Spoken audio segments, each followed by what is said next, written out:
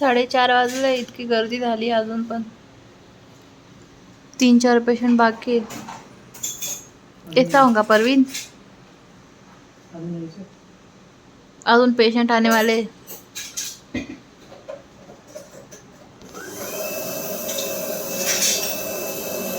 Parveen sister एकट्या खूप जाम झालाय, कारण खूप जास्त लोड आलाय त्यांच्यावर.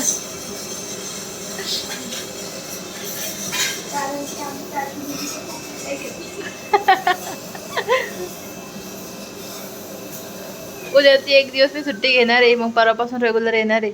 उद्याचे दिवस कमी पेशंट करून घ्या, परवापासून जास्त पेशंट बोलावं वाटलंच तर. ठीक आहे ना सर?